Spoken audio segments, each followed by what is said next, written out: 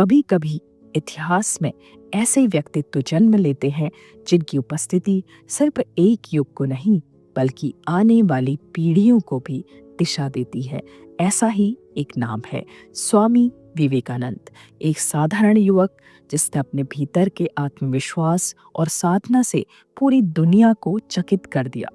भारत की आध्यात्मिक परंपरा को पश्चिमी जगत के सामने गर्व और गरिमा के साथ प्रस्तुत किया। आज हम उनके जीवन को 3 दृष्टियों से समझने का प्रयास करेंगे। पहले मनोविज्ञान की दृष्टि से, फिर दर्शन की दृष्टि से और अंत में विज्ञान के नजरिए से। ये सिर्फ एक कहानी नहीं बल्कि आत्मा को झकझोर देने वाला संदेश है। Psychological strength.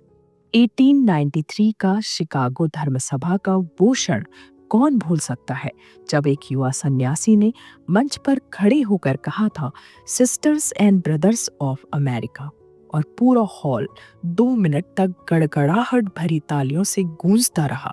ये केवल शब्दों का प्रभाव नहीं था, ये था आत्मविश्वास, मानसिक स्पष्टता और निडरता का प्रभाव। मनोविज्ञान की भाषा में कहें तो ये सेल्फ बिलीफ की शक्ति थी। जब इंसान अपने लक्ष्य के प्रति एकाग्र होता है और स्वयं पर विश्वास करता है तो उसकी वाणी में जादू उतर आता है। विवेकानंद का जीवन हमें बताता है, डरना नहीं है, आत्मविश्वास खोना नहीं है और संदेह में डूबना नहीं है। उन्होंने कहा था, फियर इज डेथ, और सच ही तो है। डर हमें आधा मार देता है जबकि साहस हमें 2 गुना जीवन देता है। Philosophical inspiration. विवेकानंद ने कहा, each soul is potentially divine. इसका अर्थ है कि हर व्यक्ति के भीतर अपार शक्ति छुपी हुई है। दर्शन शास्त्र की दृष्टि से ये शिक्षा हमें बताती है, जीवन का उद्देश्य बाहर ढूंढने में नहीं बल्कि अपने भीतर छिपे ईश्वरत्व को प्रकट करने में है। आज जब हम खुद को अक्सर कमजोर, असफल और अधूरा मान बैठते हैं तो विवेकानंद की वाणी हमें याद दिलाती है, असली सामर्थ्य बाहर नहीं भीतर है। हमें खुद को पहचानना है, अपने भीतर छिपे प्रकाश को जगाना है। Scientific perspective. अब आइए विवेकानंद को विज्ञान की दृष्टिकोण से देखें। उन्होंने कहा था, religion is not just faith, it must be realised as science is realised. यानी धर्म केवल आस्था का विषय नहीं है बल्कि सत्य की खोज है। उन्होंने बार बार कहा कि आध्यात्म और विज्ञान विरोधी नहीं है बल्कि दोनों का उद्देश्य एक ही है, सत्य की खोज। आत्मा और ब्रह्मांड का रहस्य समझना विज्ञान का भी प्रयास है और आध्यात्म का भी। एक बाहर की दुनिया को खोजता है, दूसरा भीतर की दुनिया को, और दोनों जब मिलते हैं तो संपूर्ण सत्य सामने आता है। इसलिए विवेकानंद के विचार आज भी आधुनिक विज्ञान की प्रयोगशालाओं में उतने ही प्रासंगिक हैं जितने योग और ध्यान के कक्षों में। Spiritual message. विवेकानंद की सबसे बड़ी शिक्षा थी, service to man is service to God.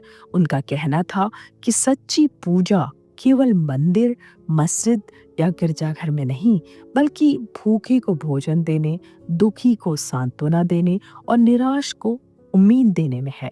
आध्यात्मिक दृष्टि से यही सच्चा धर्म है और मनोवैज्ञानिक दृष्टि से यही सेवा हमें भीतर से संतुलन और शांति देती है। जब हम निस्वार्थ होकर दूसरों की भलाई करते हैं तो हमारा मन तनाव मुक्त होता है और जीवन अधिक अर्थपूर्ण बन जाता है। Youth and motivation. युवाओं को जगाने के लिए विवेकानंद का सबसे प्रेरक संदेश था, arise, awake and stop not till the goal is reached. यह केवल एक नारा नहीं बल्कि आत्म सुधार की संपूर्ण प्रक्रिया है। उठो यानी आलस्य और उदासीनता को त्यागो, जागो यानी अपने भीतर की क्षमता को पहचानो, लक्ष्य प्राप्ति तक रुको मत यानी निरंतर कर्म करते रहो। आज की युवा पीढ़ी जो अक्सर दिशाहीन और निराशा में उलझ जाती है, उनके लिए ये संदेश मानसिक औषधि का काम करती है। Life lessons summarized. Swami Vivekananda के जीवन से हम 3 सबसे महत्वपूर्ण बातें सीख सकते हैं। पॉजिटिव मेंटल एटीट्यूड, हर कठिनाई को अवसर मानना। सेल्फ डिसिप्लिन, शरीर, मन और समय पर नियंत्रण रखना। सर्विस टू अदर्स, समाज के लिए जीना ही सच्चा धर्म है।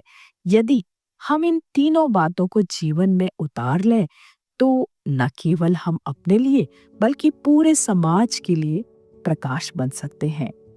तो दोस्तों, अंत में स्वामी विवेकानंद ने कहा था, faith in yourself is faith in God. इसलिए अपने ऊपर विश्वास करो, क्योंकि तुम्हारे भीतर ही ईश्वर की शक्ति है। आज जब हम उनकी जीवन गाथा को याद करते हैं तो ये केवल अतीत का गौरव नहीं बल्कि वर्तमान और भविष्य का मार्गदर्शन है। तो आओ हम सब मिलकर इस ज्योति को अपने हृदय में प्रज्वलित करें। उठो, जागो और लक्ष्य की प्राप्ति तक रुको मत। यही है जीवन की सच्ची दिशा।